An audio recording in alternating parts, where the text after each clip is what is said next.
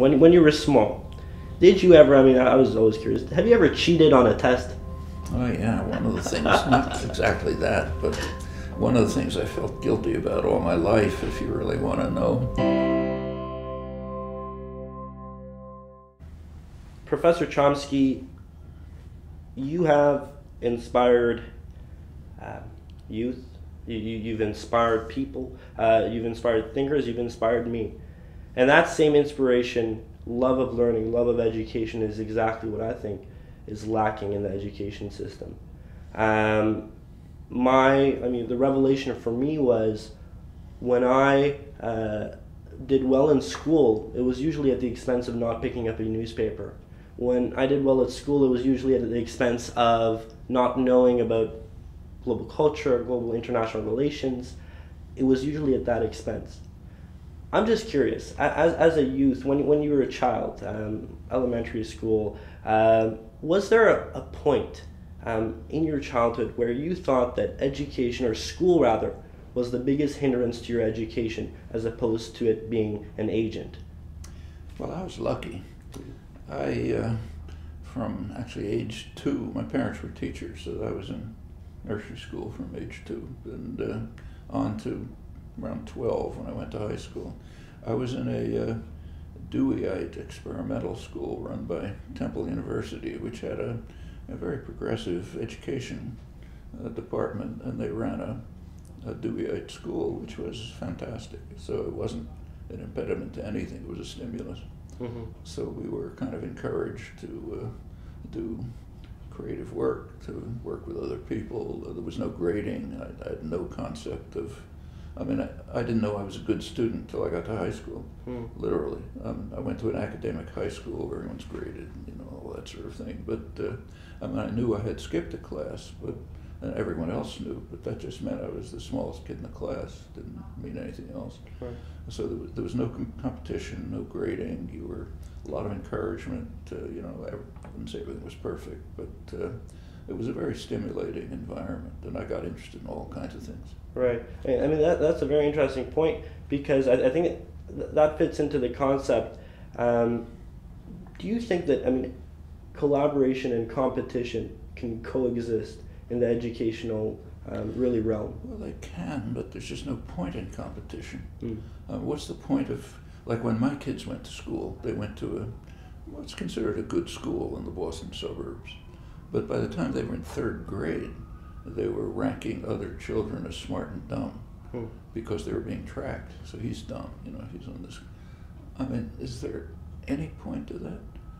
It's demeaning for everyone. It's harmful to everyone. It serves no educational purpose. In the school that I was in, it wasn't that all the kids were by any means gifted. There were a lot of kids there who were sent there because they were behavior problems. The public schools couldn't handle it. So it was quite a mixture, but there was no, people were encouraged to do their best, and you helped other people. Do you think with that model, do you run into problems when it comes to not understanding where you are in terms of your improvements, whether your judgments on that?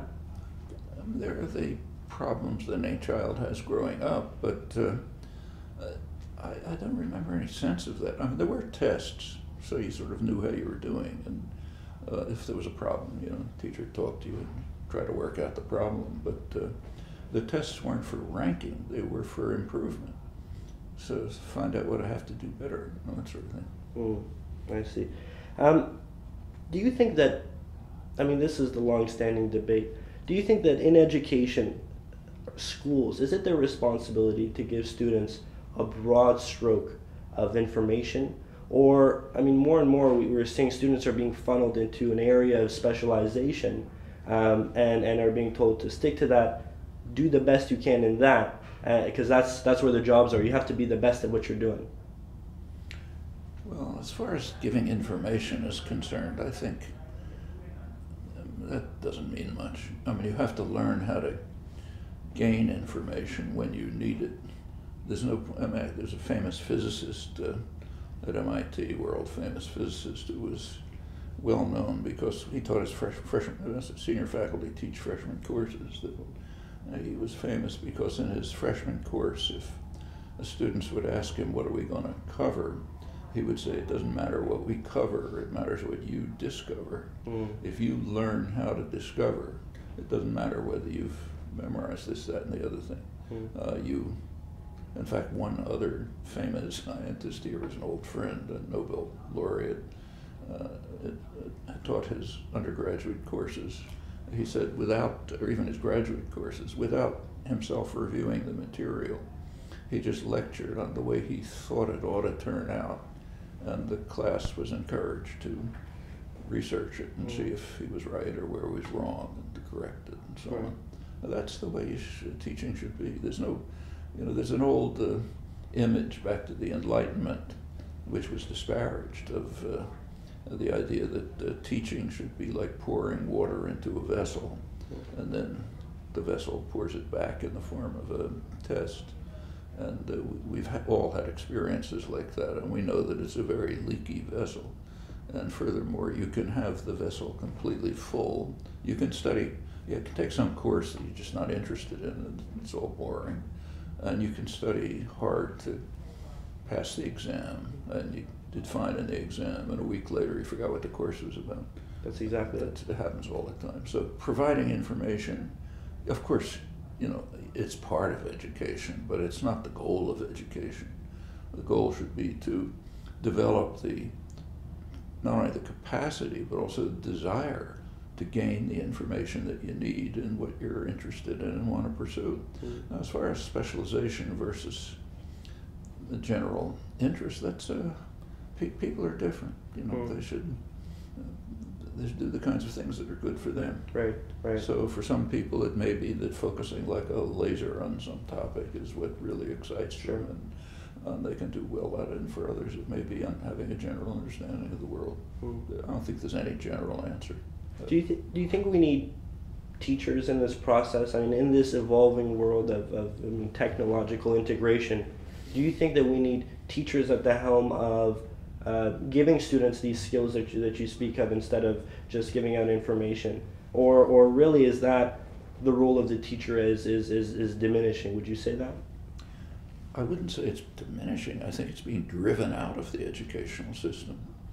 So if you look at programs like the kind of teaching to test programs, No Child Left Behind, Race to the Top, or whatever it's called, which is all grading.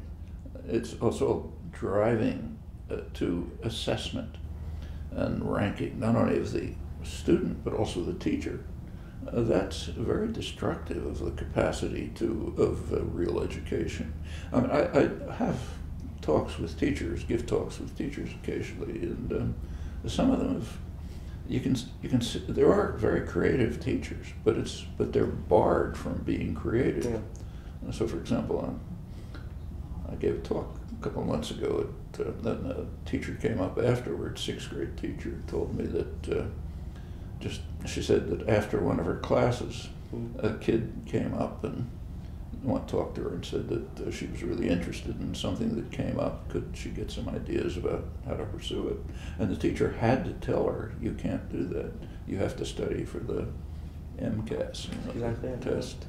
And the child's, what happens to the child depends on that, and what happens to the teacher depends on it. Yeah. I mean, that is kind of pathological, It's destructive, right? I mean, in some sense, I see it destructive to learning itself. I mean, real learning means gaining both the capacity and the interest in discovering. If you don't have the interest, you're not going to learn anything. Yeah. Do you think we're doing anything right in the education system? Can't say everything's wrong, but the general thrust of it, I think, is undermining education, and I think that's purposeful. I mean, not that somebody says in my mind, I want to destroy education, but they have goals in mind which are destructive of education. Incidentally, this is true at the higher education level. And it's purposeful. Well, I'll give you an example. There was a series of articles in the London Review of Books about the British system by Stefan Collini, he's a good commentator. And he was discussing what the Cameron government is doing to the higher education system. And he what it amounted to, and his final conclusion captured it, is they're trying to turn first-rate universities into third-rate commercial enterprises. Mm. And yes, that's the thrust of commercialization of education. So you're supposed to study what it can increase your human capital, make you make more money. So a student is supposed to figure out what to do on the basis of what's going to get me to make more money, and then there's all kind of economic theories about it. And as far as the government is concerned, they're, as they say, it's if a department in a university can't support itself, there's no reason to ask the taxpayer to support it. Mm. So if the medieval literature department can't sell itself on the market, why have it? Mm. I mean, as if the sole goal of education is to maximize profit, individual or general. I mean, that's part of the whole neoliberal pathology. All of life is supposed to be reconstructed that way. And also you're supposed to drive out of people's heads the idea that you should care about someone else. That's a dangerous idea. Right. You're supposed to be concerned with yourself, your own welfare, maximizing your own welfare, and then come various mythologies about how the public good benefits from this, which right. of course doesn't. And one part of this is that public education is really kind of an anomaly from that framework of thinking. Public education is based on the idea, say that, say, take me. I don't have children in school. I don't even have grandchildren in school. They're mm-hmm. too old. So why should I pay taxes? Mm-hmm. Why should I care if the kid across the street goes to school? Right. That's what a public school system is. It's based on the idea that I should care. Sure. It's part of just the responsibility of being part of a community. Absolutely. But if you take the kind of Thatcherite doctrine, there is no society, there's just individuals, why should I care? Yeah. In the United States, it's called for some crazy reason libertarianism. It's very anti-libertarian, but then Adam Smith would be shocked, but that's the ideal. Right. And under that framework, why should public schools exist? It should be privatized, or it should have vouchers. Or you should have charter schools. All of these are mechanisms for destroying the public education.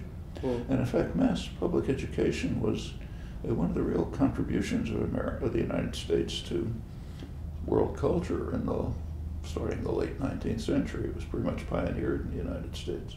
It wasn't perfect, a lot of things wrong with it, but it was the right idea.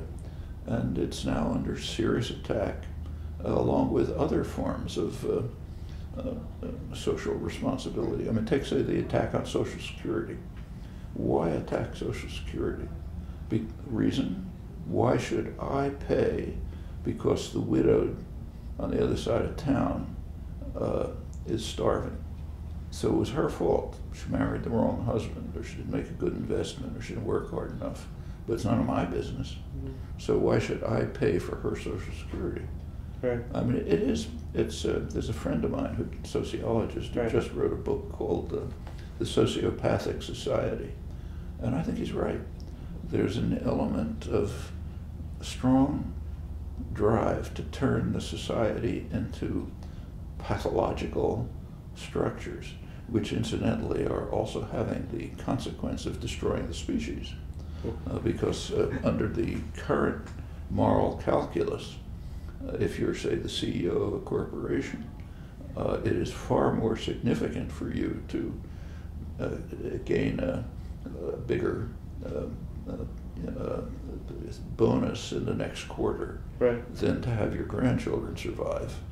So therefore you'll work to maximize climate destruction. Right. And that's taken for granted. Right. All this, to me, it doesn't sound too much, I'm not very optimistic. Do you think that there is, is there a solution to this? Will this end? Who should be driving this? Because to me, this doesn't sound like it's ending up in the proper place. Well, we happen to be in a pretty regressive period, but there have been such periods before. So, for example, take the United States. The period now is sort of similar to the 1920s or the 1890s, even statistically. inequality and so on. But there were popular forces that arose and broke out of it. One of the problems now is we don't have a lot of time. Okay. And that's because the nature of the threats is far more severe than was recognized before. You could have, with great prescience, recognized it at the beginning of the Industrial Revolution, but nobody did. However, in the last several decades, anyone who doesn't recognize it is living in a dream world. So some of the problems which are inherent in these kind of neoliberal societies are really lethal. Right. Do you think, just scaling it back and looking to the future, what do you think education will look like in the year 2030? Depends on what the society will look like. What do you think that'll be? It's a vague question. If I was standing on Mars, looking at the human species, and I would conclude that they're just an evolutionary error, that they've developed the capacity to destroy themselves and almost everything else, and they're doing it. Huh. I mean, when, say, Harper says, let's maximize the use of tar sands, he's saying, yeah, let's destroy the species. When President Obama, at supposedly the other end of the spectrum, gives a speech, as he did not long ago, in which he boasts about how more oil's being taken from the soil under my administration than any other one. We've now got pipelines crisscrossing the country, covering everything. Yeah. We're going to be the Saudi Arabia of the 21st century. He's issuing a death knell for the species. And then you look at Rob Ford. The Rob Ford, the mayor of Toronto, and then you see all his shenanigans, right? He looks kind of minor as compared to this. Man, at least he's entertaining, right? But we're doing it, and in fact, it's pretty striking that not only are we doing it, but at the centers of power, where real concentration of wealth and power is, right, there are massive efforts to try to undermine the excessive rationality of the public, literally. And that goes right into the educational system. Mm-hmm. So, for example, there's an organization called ALEC, Sure, yeah. You know them, the American legislature. They write legislation for states. You can imagine, it's corporate-run things, you can imagine what the legislation is. But they have a program now to teach critical thinking in the schools. Who could be against that? And they've got a couple of states to accept it, and more will. How do you teach critical thinking? If elementary school class has a discussion of climate change, you should also include a section on climate change denial. That teaches critical thinking. Okay, and it's obvious what they're up to. They're saying, let's try to get the public not to believe what's happening. Right.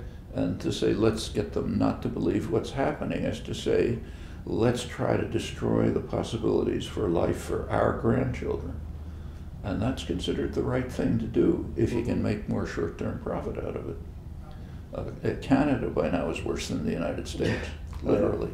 Canada is becoming the scourge of the planet. And it's not just tar sands. Take, say, mining, which is heavily concentrated in Canada. These mining operations around the world are extremely destructive. You set up a gold mine in El Salvador, it destroys everything around.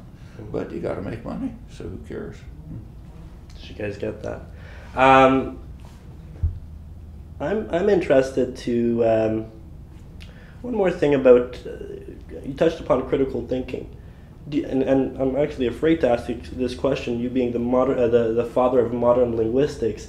Do you think there's too much focus on numeracy and literacy in school? On numeracy and literacy in school?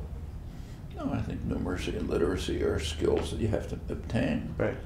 But there's all kind of ways of doing it. I'll take, say, my own school. When I was a kid, the educational doctrine was that you were not supposed to learn to read until first grade. That was considered, so the same with the Deweyite school where I went. So my parents never taught we'd never encouraged us to, I mean, we read, they'd read books to us, but we weren't supposed to learn how to read. Right. And in fact, for some strange reason, in my first grade class, the boys couldn't learn how to read. There must have been some problem with the teacher. Mm-hmm.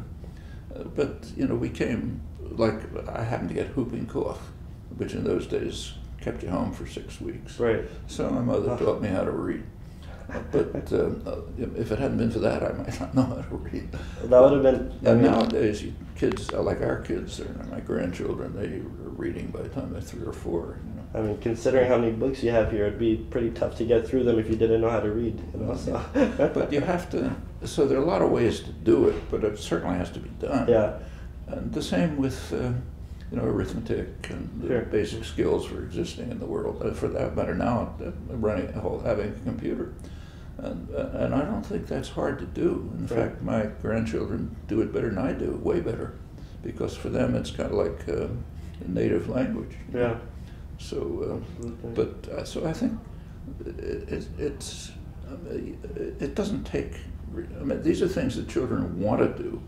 You can prevent them from doing it. Like if it hadn't been for the educational philosophy of my childhood, I would have wanted to learn how to read at 4. I could have easily done it, but it was just, you didn't do it. I mean, it's like, there was, up until pretty recently, there was an ideology that for deaf children, they should not be taught sign. They should be taught lip reading. And the kids were seriously deprived. Parents were taught not even to gesture to the children because they have to not create sign, learn sign, which means the same as saying don't learn a language. And it was very harmful. In fact, there were some striking results that were discovered. For example, there's one case, a very good psychologist in Philadelphia who they happened to find 3 kids about 4 years old, cousins, all deaf, who played together, and their parents were indoctrinated into this no gesture culture. But it turned out the kids had invented a sign language, and it was when they were found, they were at the level of ordinary children, same structures. It's just kind of like it's inside you. Right. You'll do it if there's an opportunity, and if the external environment excludes the opportunity, it'll just be harder. Right, absolutely. Last question, and this is more so on a lighter tone. The Dr. Chomsky in elementary school and middle school, when you were small, did you ever, I was always curious, have you ever cheated on a test? Oh yeah, one of the things, not exactly that, but one of the things I felt guilty about all my life, if you really want to know, is when I was in 3rd grade. Either we had an assignment or I was interested. For one reason or another, I wrote something about astronomy. And what I did was take the Encyclopedia Britannica and copy something out of it. The teacher obviously knew, but didn't say anything. And I sort of knew that's not right, but later I thought it's really that's not a good thing to do. Oh man, that's excellent. Well, Professor, this has been just an incredible opportunity, and for me, this is a mission, like you say, rediscovering education, and we want to start an organic movement. We don't know what we're going to do, but all we know is that there's a generation of youth that could be taught better, that could be more inspired, and that can really reap the benefits of a society that's willing to educate for the sake of learning rather than for external causes. Exactly. And for that I'm very grateful. Wonderful mission. Thanks so much. Good luck.